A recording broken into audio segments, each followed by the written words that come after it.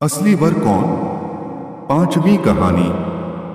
उज्जैन में महाबल नाम का एक राजा रहता था। उसके हरिदास नाम का एक दूत था जिसके महादेवी नाम की बड़ी सुंदर कन्या थी। जब वह विवाह योग्य हुई तो हरिदास को बहुत चिंता होने लगी। इसी बीच राजा ने उसे एक दूसरे राजा के पास भेजा। कई दिन चलकर हरिदास वहां पहुंचा। राजा ने उसे बड़ी अच्छी तरह से रखा। एक दिन एक ब्राह्मण हरिदास के पास आया। बोला, तुम अपनी लड़की मुझे दे दो। हरिदास ने कहा, मैं अपनी लड़की उसे दूंगा जिसमें सब गुण होंगे। ब्राह्मण ने कहा, मेरे पास एक ऐसा रथ है जिस पर बैठकर जहां चाहो घड़ी भर में पहुंच जाओगे। हरिदास बोला, ठीक है, सवेरे उसे ले आना। अगले दिन दोनों रथ पर बैठकर उज्जैन आ पहुंचे।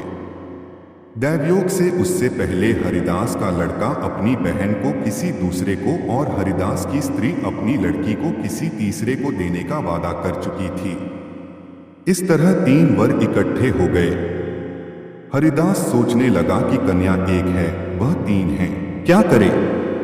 इसी बीच एक राक्षस आया और कन्या को उठाकर विंध्याचल पहाड़ पर ले गया। तीनों वरों में एक ज्ञानी था।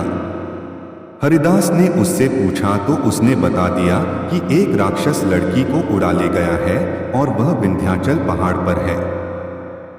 दूसरे ने कहा, मेरे रथ पर बैठकर चलो, जरा सी देरी में वहां पहुंच जाएंगे।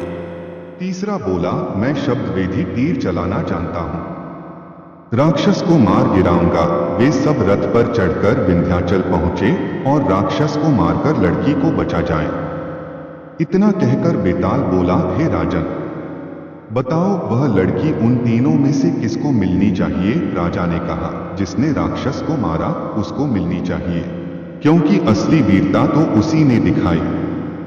बाकी 2 ने तो मदद की। राजा का इतना कहना था कि बेताल फिर पेड़ पर जा लटका और राजा फिर उसे लेकर आया तो रास्ते में बेताल ने छठी कहानी सुनाई।